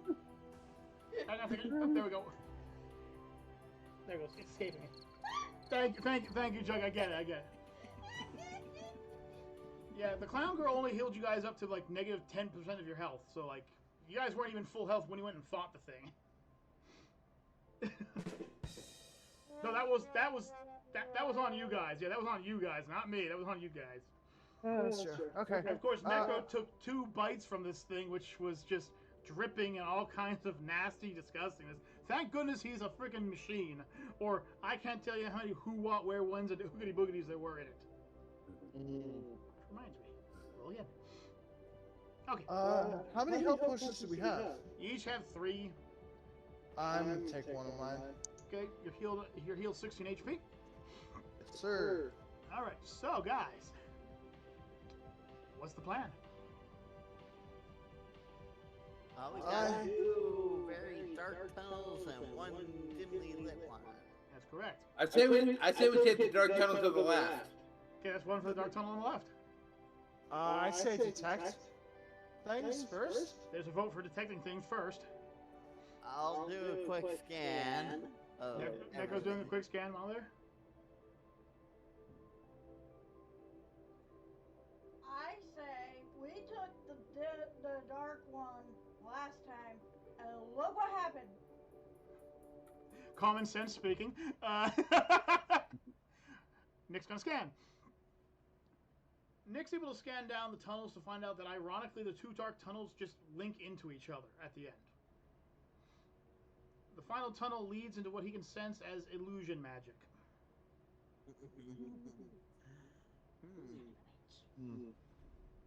So Well, could you see the tunnels lights, that link together. Stick together. And, Oh, yeah. no, I said 2 tunnels that link together that are completely dark Okay. but have no detection, or the lit one that illusion magic. That's correct, because your guys' light spells are illusion magic. You don't really create light, you just create the illusion of it. That's what it is. So, guys, which tunnel do you want to go down? I'm a father light. I second that. Necro. Oh, Jugger, you still going dark? No. He's going light. Majority wins. Darn. I had such plans. Wait. So, Necro, are you planning on going dark? Do you want to go dark? Hey, majority here. Maybe next time. You slowly walk down the hallways, and I do use the term slowly, because every now and then, poor Necro and poor Deathgas or poor Kmod feel a squooshing in their shoes that's not there. It's like PTSD from this event. This was nasty. This is horrible. It leads you to a small, almost like a village built underground, like a mining village. You don't hear or see anybody, but there are signs that there were people there recently. Fires have been snuffed. what appears to be heavy boots have started walking into one of the entrances. There are two entrances besides the one that you guys came through. There's one that leads into what appears to be a mine shaft, and then there's another one that seems to lead off. The town is roughly a shanty town, has roughly 4 buildings in it tops. It's pretty high ceiling, pretty close quarters though. It's, you know, you have the buildings and then you have the path around them. There's not a lot of movement room.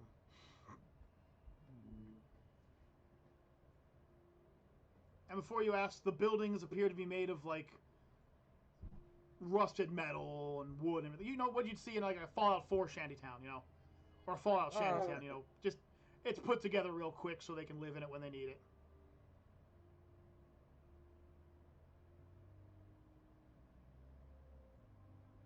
Are there any people there? I can't say yes or no because like the doors are shut on the buildings and everything, but right now it's very quiet. Okay. All right, I'm going to become Mr. Rogers. I'm going to gently knock on the door and say hello. Does anyone have a problem with that? I really don't. I don't. I suppose we should investigate. On the other side of the door, you hear a small voice going, "Voshna snika hocha hishinor." Oh boy, oh boy. Ewok? No. Jawas. Necro might be able to tell the language because of his capabilities, but no. Negro. What language would that happen to be? Oh, let's see if I can figure out the language. It takes Necro a few seconds to put together. He realizes it's goblin tongue. Whoever or whatever is on the other side of the door is speaking goblin tongue to you. And it roughly translates to, "My husband isn't home right now." Great. Well, Necro, why don't you start talking? I can't just... Yeah, right now, Necro's kind of the only... Well, actually, no. Wait, hang on a second. Oh, Mama Bear speaks goblin tongue, too. Oh, okay. She does. I had to remember her stats. She does speak goblin tongue. She speaks most of the common languages. Would you like to speak to the young, or the lady Mama Bear, or would you like me to? I'll speak to her. Okay. So the translation that came through the door is roughly, "My husband isn't home right now." We are not looking for your husband. We just want to know where we are. A small slot in the door opens up at roughly Mama Bear's midriff. And a pair of small eyes look out at her. Well, they look at her stomach and then they look up at her, and then the little slit slams shut. After a few moments of what you can only describe as panicked breathing on the other side of the door, she replies by, "You're in the goblin village of Rustnail. The miners aren't here right now. They just left an hour ago. Only the children, the elderly, and the women folk are behind."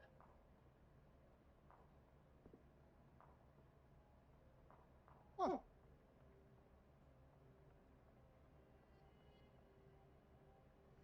You think you'll... Can you tell us which direction they went?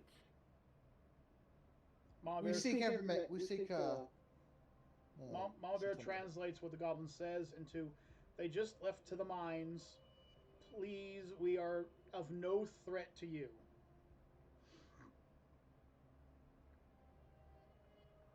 We would just like to find our way out of your town. We mean no harm to you.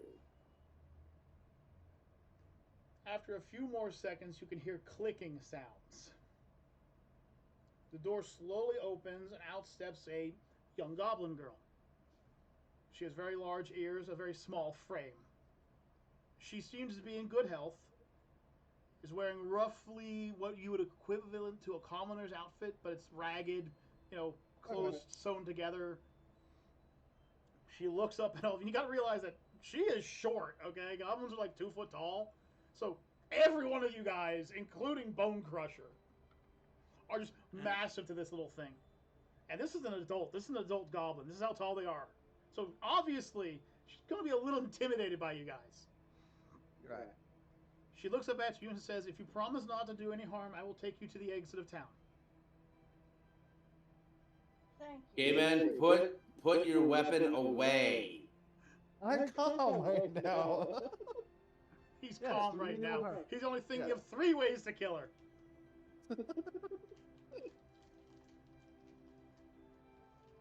No harm will come to you. You have my word.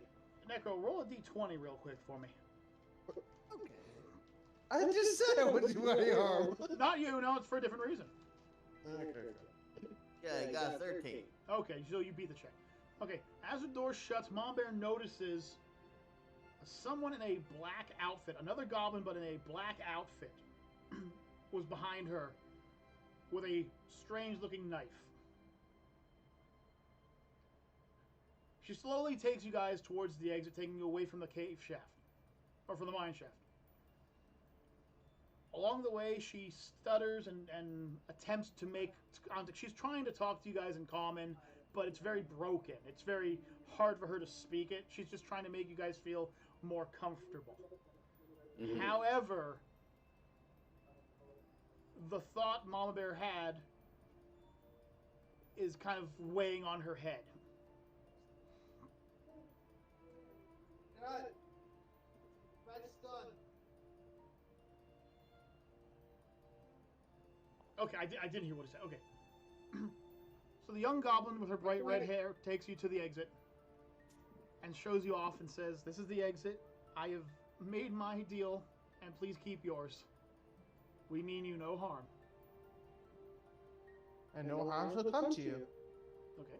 I do got one question. Here's a gold coin. Oh, jeez. Well, damn. She takes the gold coin from... Damn, okay. She takes that gold coin from your hand so fast that she leaves a small claw mark on your hand from it. She presses it to her chest with tears in her eyes and says, you would give me a gold coin? Indeed, indeed. She stops for a second, then looks back towards the town. She holds her hand up and waves the gold coin back and forth. And from the distance, Mom Bear can make out about 14 or so individuals stepping back into the shadows. She says, thank you so much, and goes running into the town with the coin overhead, gasping in joy. Mama Bear and, believe it or not, K-Mod just stopped you guys from getting fucking ambushed by the goddamn Red Cap assassins, you assholes. Anyway. I had to do something good. Well, you did do something good. You just saved your entire party from getting jumped. Gosh damn, I was not... Oh, man, I was not ready for that. Sometimes, you see, the worst part about being a DM is when somebody does something so unexpected that you just look through your head real quick and like, well, I was just expecting you guys to walk away and then you guys gotta get jumped, but nope. Damn it. I'll have to think of for another battle, damn it. Okay, where's my tactical noob quick? Oh, wow. Deathgasm No. hasn't popped on, so no. So anyways. That was gonna be a good fight too, damn it. Anyway, mark that one off the list. At the exit of the Goblin Town, the goblins are off, and you can hear merriment, you can hear joy, you can hear excitement at the thought of a gold coin. And, you guys look into the shadows of the exit of the cave and think to yourselves, well, what's the worst that could happen? And that's where we're going to end it. Cliffhanger. Cliffhanger and K-Mod actually saving the party rather than damning it. Yeah. There's a change. He's only Good been job, K-Mod's only been damning this since the first episode. So, congratulations, K-Mod. I do something good, you know. I'm constantly on a murderous rage. Shall we go down the series of mistakes that have been made? For instance, and including, stabbing, it's trying to stab a little girl. Yep. Countless times, by the way. Necros, I'm going to scan the room for everything but the small child being about to be abducted by a mask monster. The preparing to assault a village of possessed individuals by masks that now Necro realizes have tentacles and teeth attached to them. So we probably should have. His mental thought processes, Juggernaut's mental processes, K-Mod's mental processes, Deathgasm, luckily still asleep in a box, and Mama Bear, the actual speaker of the party, who seems to literally be putting 3 brain cells together. And let's not forget El Pimpo Juggernato, whose main goals have included leaping onto things, throwing heavier things, and of course his patented shell slam maneuver and his patented walk. Oh, and let's not forget his constant throwing K-Mod at things he shouldn't throw him at, including getting him stuck inside of a monster that is literally made of the worst things imaginable to man. Come on, I'm pretty sure those that are going to be watching this are going to be laughing their asses off. As long as they're not puking, I'm fine with it. But folks, that's it. And I'm sorry, that should have protected her from completely exploding. Until next time, folks. I'm your DM Kaiju K. I'm the anime girl, Necro Nick. I'm the Juggernaut Jared. I'm the Master of Destruction, K-Mod. And I'm the mama, 2 cents bear. And we'll see you all in the future, everyone. Peace out, everybody, and cheers.